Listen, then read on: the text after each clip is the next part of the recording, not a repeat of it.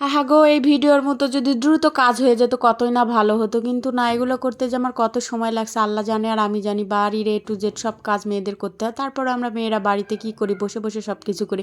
এই যে বসে বসে আমি পেঁয়াজ কুটছি, আদা কুটছি, রসুন কুটছি, পেঁয়াজ কুটছি, আর কি কুটছি, পটল কুটছি। তো যেটা কুটছি সেটা মুখে আসছে না, পেঁয়াজ কুটছি, আদা কুটছি, রসুন কুটছি, এরকমই আমরা মেয়েরা।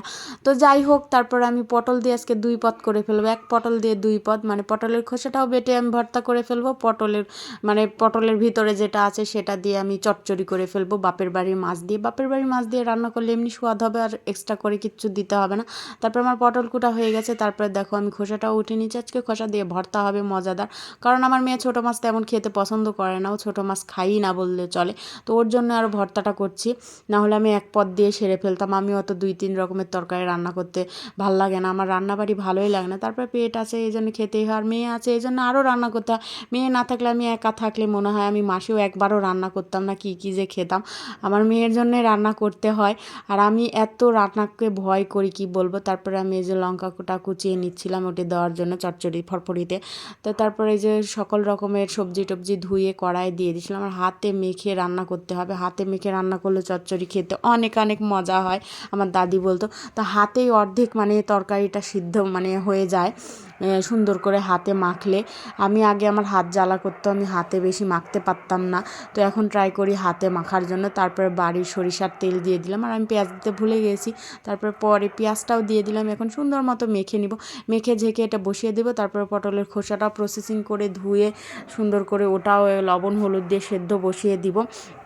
আর এই যে হাত দিয়ে মাখতে মাখতে যখন সবজিটা অর্ধেক হয়ে যাবে, তখনই বোঝা যাবে যে হচ্ছে মানে মাখাটা হয়ে গেছে। আর মাখতে মাখতে সুন্দর একটা স্মেল বের হয়, তখনই বোঝা যাবে যে এই পুরপুরির তরকারিটা মাখা হয়ে গেছে। তো আমি মাখতে মাখতে হয়ে গেছে, দেখো সবজিটা অর্ধেক হয়ে গেছে, 1 কড়াই ছিল, তারপরে অর্ধেক হয়ে গেছে মাখতে মাখতে। তারপরে এই মাছটা দিয়ে দিলাম। এই মাছের নাম হচ্ছে খলিশার মাছ যেটা বলে। এটা আমাদের পুকুরের ছিল। এই মাছটা খেতে অনেক স্বাদ লাগে, অনেক বছর পর খাচ্ছি। তারপরে এখানে আমি পেঁয়াজ, কাঁচামরিচ, রসুন সব কিছু দিয়ে এটা সেদ্ধ বসিয়ে দিব। একটু তেল দিলাম, কালো জিরে দিলাম। এটা হচ্ছে পটলের খোসা, এটা বাটা হবে আজকে। আর এদিকে আমার এই যে পুরপুরি ফরফরির তরকারির বলক উঠে গেছে।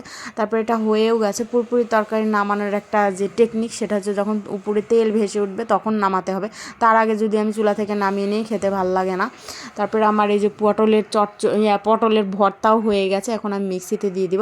এই মিক্সিতে পটলের ভর্তার খোসা বাটা করলে ভাল লাগে না, এটা পাটাতেই সবচাইতে ভালো হয়। কিন্তু আমার বাসায় পাটা ছিল না, আমার বাসায় ছোট্ট একটা পাটা আছে, ওটাতে হবে না। এই জন্য আমি মিক্সিতে করে নিচ্ছি। এখন এইভাবে কিন্তু খাওয়া যাবে, কিন্তু আমি একটু আরেকটা টেকনিক ইউজ করব, যেটা হচ্ছে তেলে একটু নেড়ে নিব, তাহলে খেতে আরও স্বাদ হয়। এজন্য তেলের মধ্যে একটু লবণ দিয়ে আমি দিয়ে দিলাম। লবণটা কেন দিলাম, কারণ আমি পটলের যখন সিদ্ধ করেছিলাম খোসাটা, তখন আমি লবণ দিতে ভুলে গেছি। আমি যখন একটু টেস্ট করে দেখি যে একটুও লবণ হয়নি, এজন্য তেলের মধ্যে একটু লবণ দিয়ে একটু সুন্দর করে নেড়ে নিলাম। তো আজকে পটলের খোসা ভর্তা পর্যন্তই। সবাই ভালো থাকো, আল্লাহ হাফেজ।